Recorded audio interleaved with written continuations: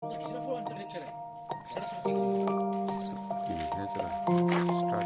है ये, the forest in kaudia park.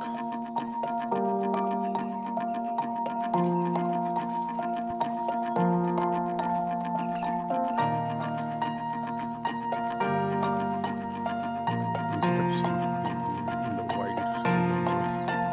Do not carry back your litter. Forest therapy. Showing the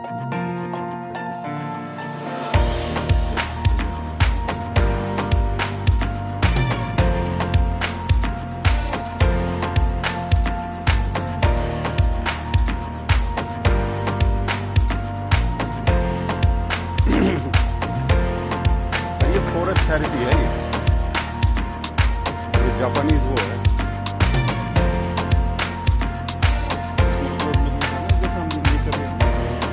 यहाँ पर तो ये फॉरेस्ट थेरेपी का इसमें लिखा हुआ है कि आप एक अच्छा सा फील होता है।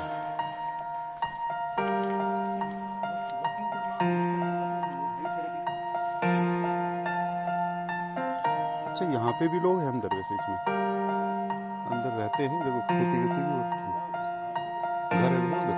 अच्छा